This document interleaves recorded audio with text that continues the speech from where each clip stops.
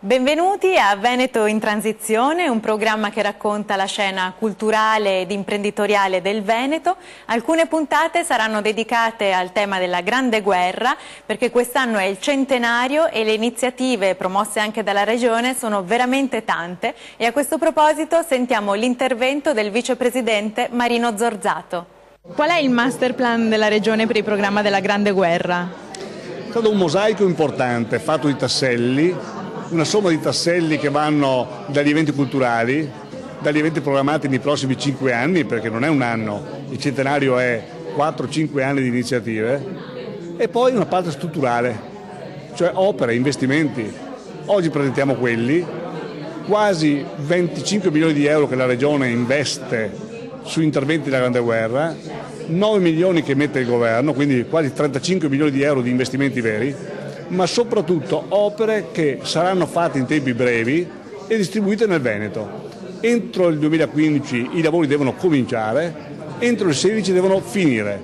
Opere importanti che vanno da un intervento cospicuo in cima a Grappa, dove la guerra si è fatta, e allora il Sacrario, e allora la Galleria Vittorio Emanuele, e allora l'ex base NATO, quindi più di 6 milioni di euro che spenderemo là, ma non solo. Ad Asiago sicuramente, andremo nella Vesa della Battaglia, il Ponte degli Alpini, l'ossario e il Sacrario di Bassano del Grappa e così pure sul Lido di Venezia, ma poi opere minori, ma qualcuna non minore, vedi la batteria Amalfi e Pisani, quelli del Cavallino, cioè tutto il Veneto vedrà interventi importanti, ma per fare un disegno di questa Grande Guerra, quindi dei percorsi, itinerari, favorire il fatto che non sia solo un episodio, ma diventi, come dico spesso, dal 18 in poi un'autostrada turistica importante e un'aggiunta all'attuale offerta turistica del Veneto.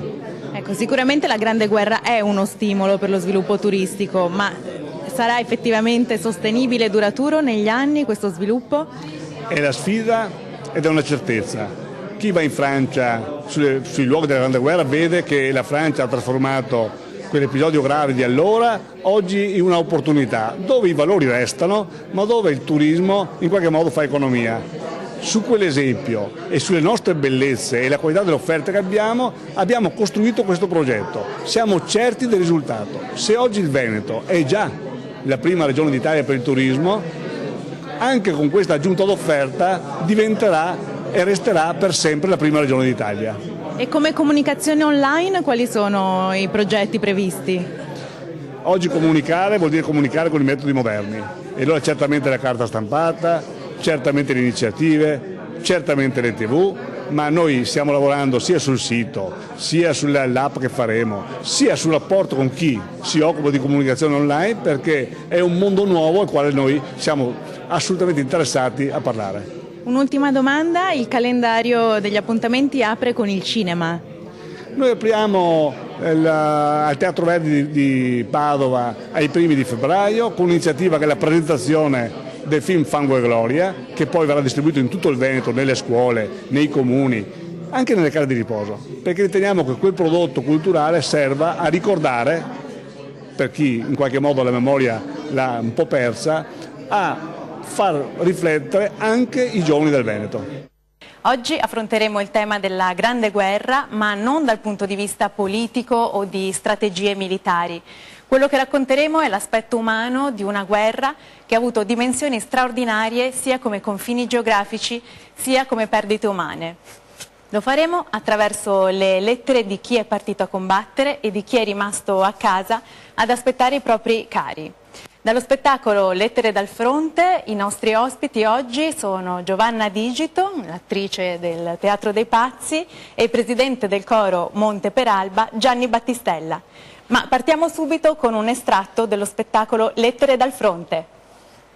Carissima moglie, oggi stesso ho ricevuto la tua desiderata lettera. Saluta per me Adamo Bergo, che spero sia mio compare col battesimo, e saluti a tua mamma e famiglia, addio tuo marito, addio ai miei figli, Aldo, Maria, Angelina, Giovanni e la mia piccina, coraggio, ti saluto, addio Pipì mia, prega per me, coraggio sempre. Amore tra i capelli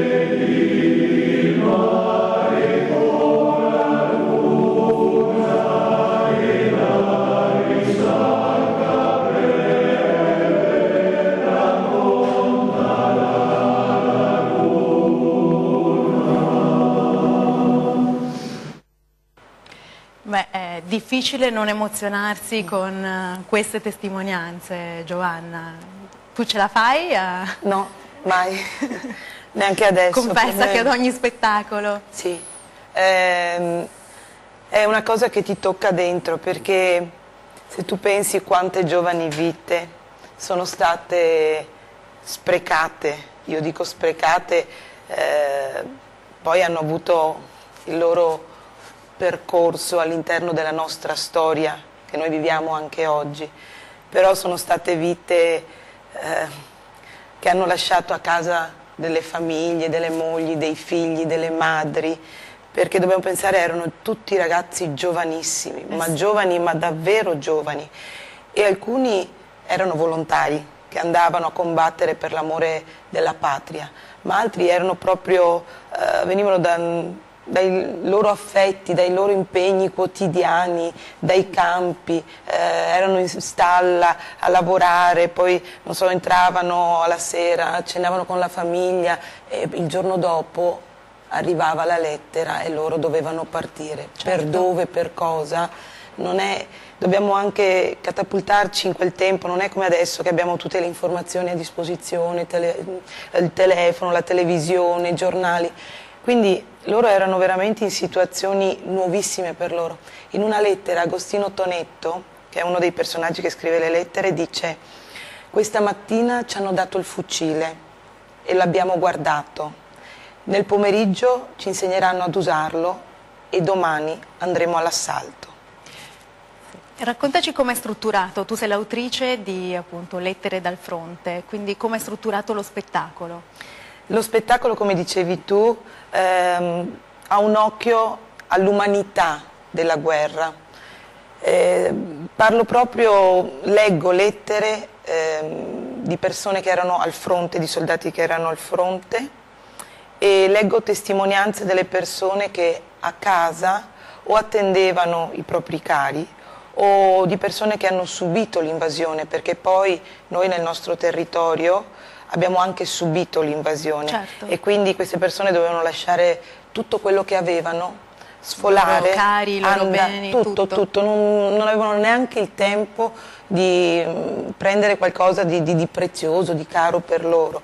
Dovevano andare. Queste sono tutte testimonianze reali, non sono romanzate, sono direttamente scritte da chi ha vissuto questi eventi, e io li leggo. L'ordine è precisamente così: lettere di soldati chiamati al fronte, lettere di soldati che sono andati volontari e successivamente testimonianze appunto di chi ha subito. E poi c'è una conclusione finale sul come tirare poi le somme su un evento del genere.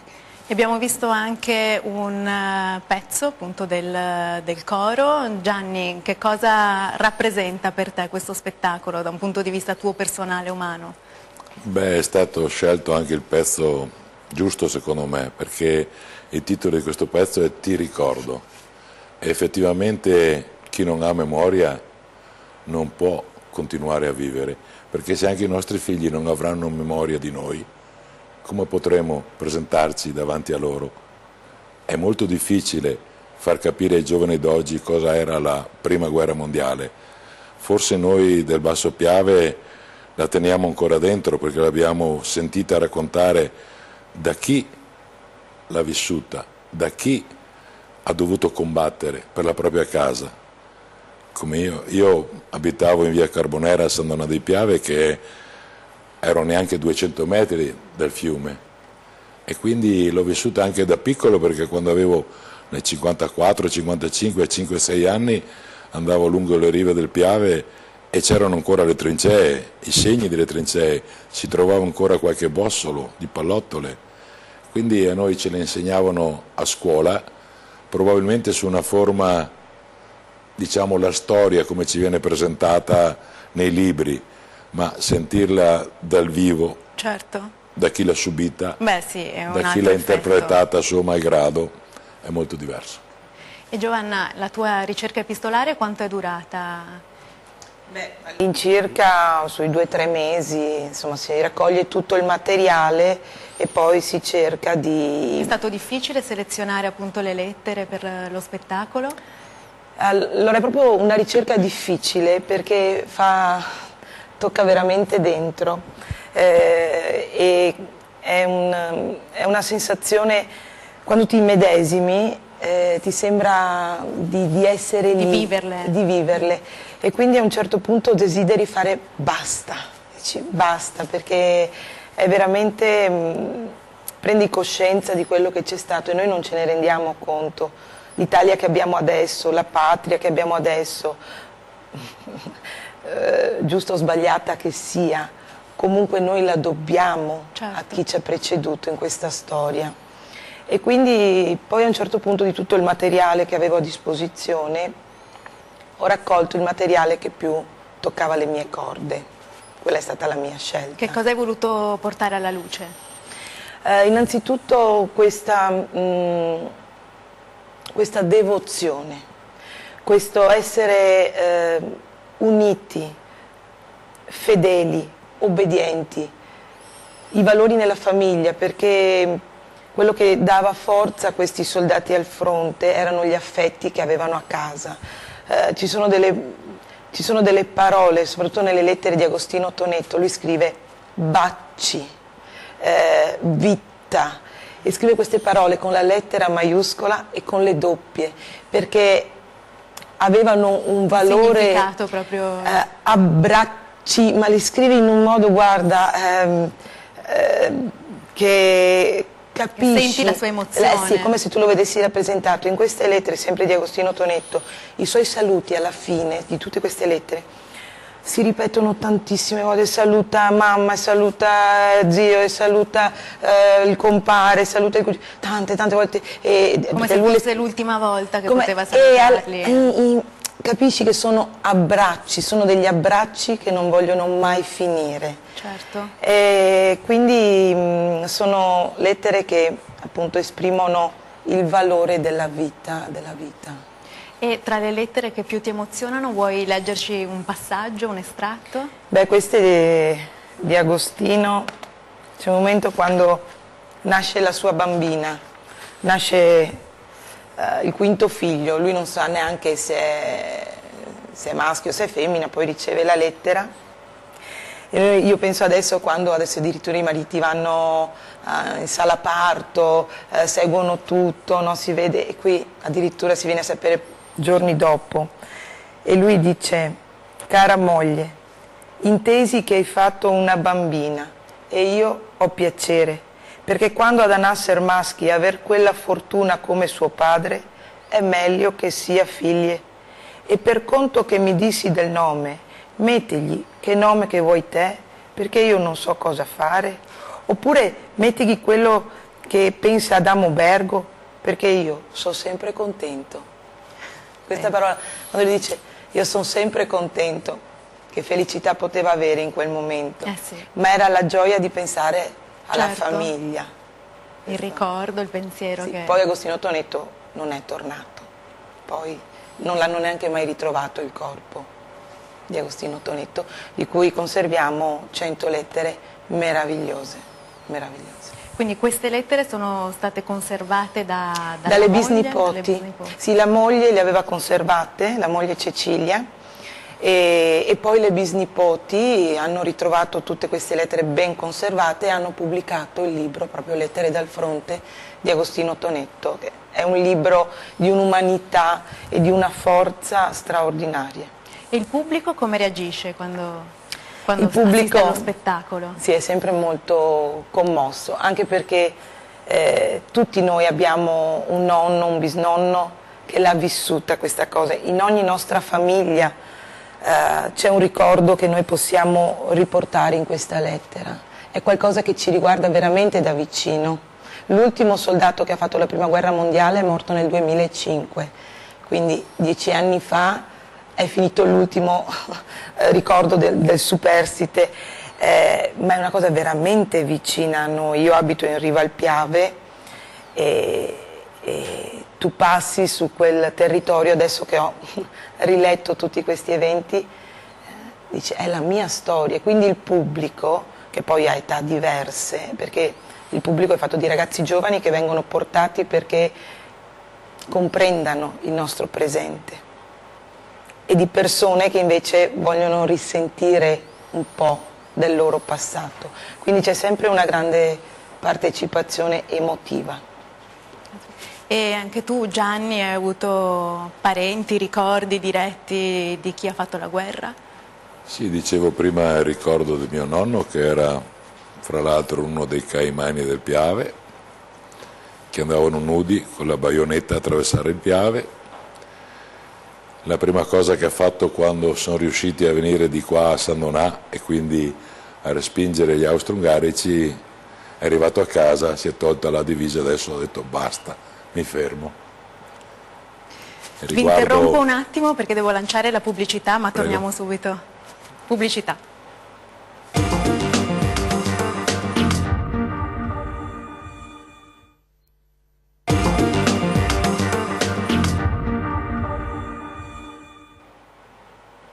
Bentornati a Veneto in Transizione. Gianni, ci stavi raccontando appunto il ricordo di tuo nonno che ha fatto la guerra. Sì, ha fatto questa, forse l'espressione liberatoria praticamente, cioè era finita finalmente questa guerra e tutti tornavano a casa.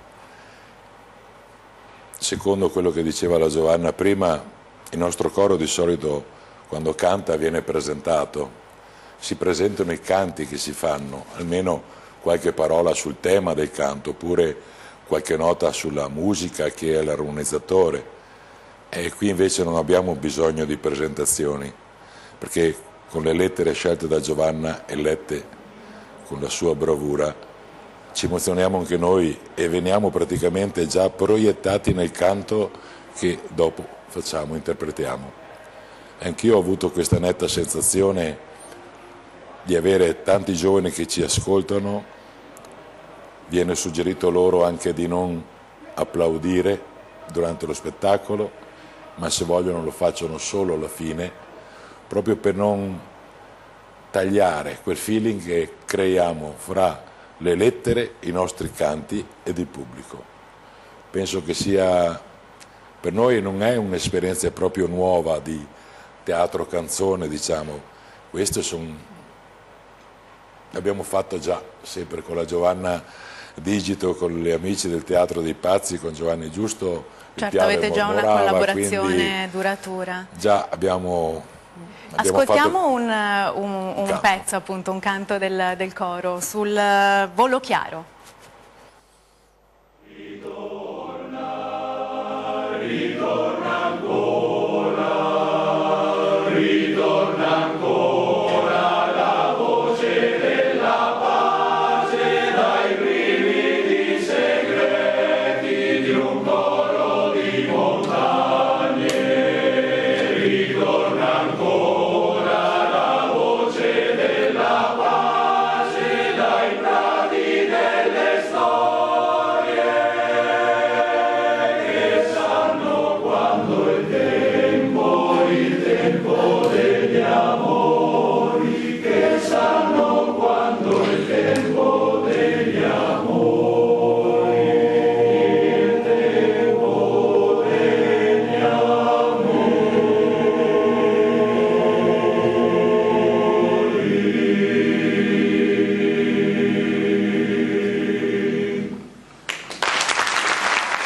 Chiaro ha un significato particolare, no? Penso che alla fine si capisca qual è il significato.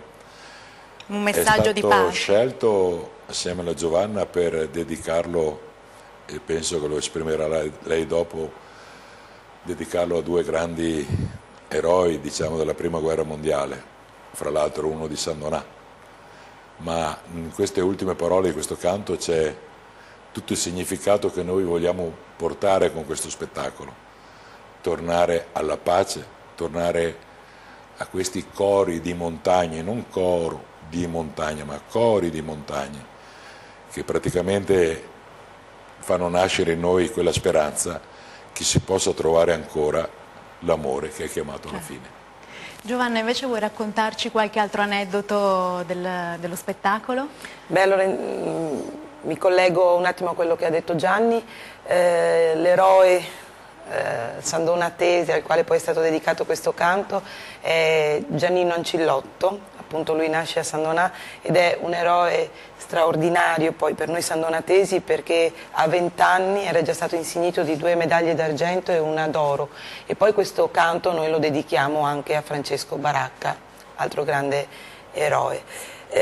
Come aneddoto invece che potrei raccontarvi c'è una testimonianza molto toccante che è quella che è avvenuta a 2 coniugi, loro erano di Negrisia, di Ponte di Piave, si chiamavano Giulio Lorenzon e Maria Visentin. Loro dovettero lasciare la casa, come si diceva prima, perché dovettero sfollare e lasciare tutto quello che avevano velocemente.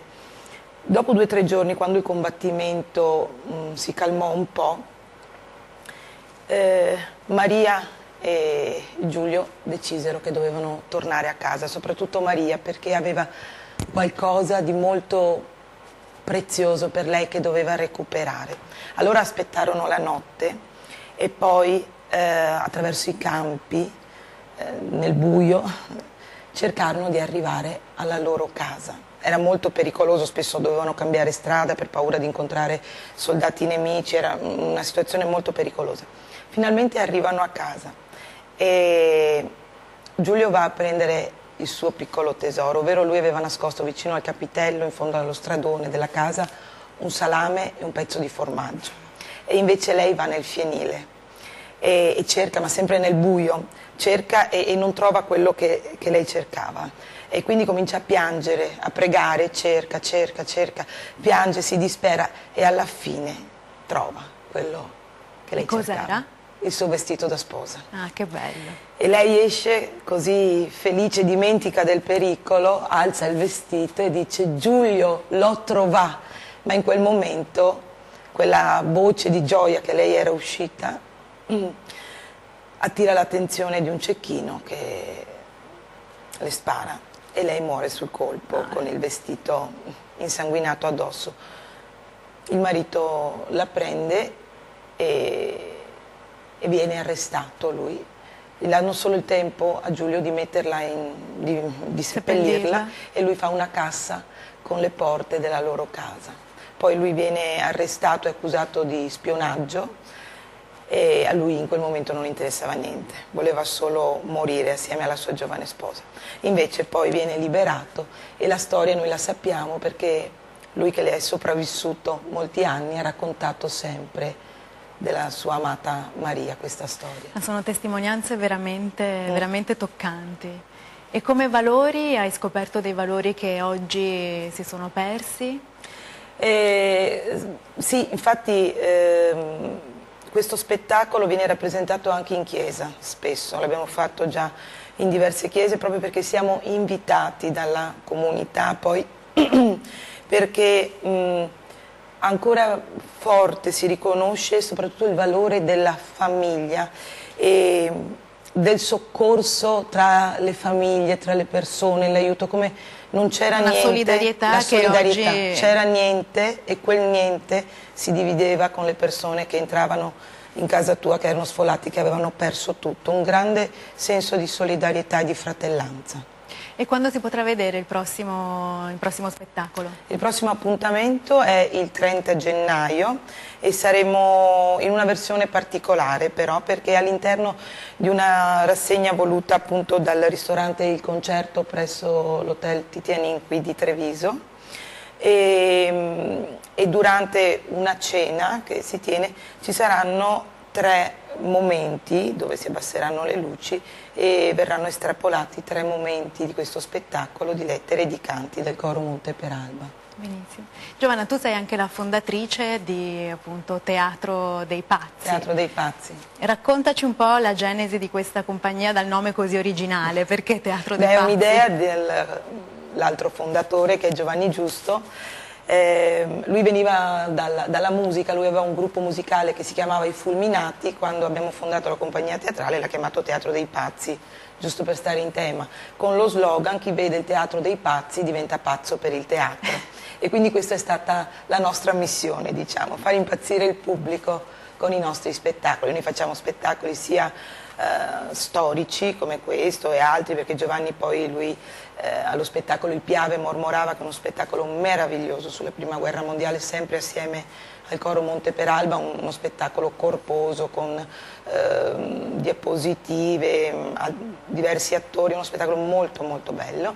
Però noi facciamo anche la commedia, teatro canzone, essendo Giovanni un musicista, spesso abbiniamo la musica ai nostri spettacoli e questa compagnia teatrale è stata fondata nel 98, quindi ha la sua storia, diciamo, ma per noi è fonte di energia, di ispirazione e di vita.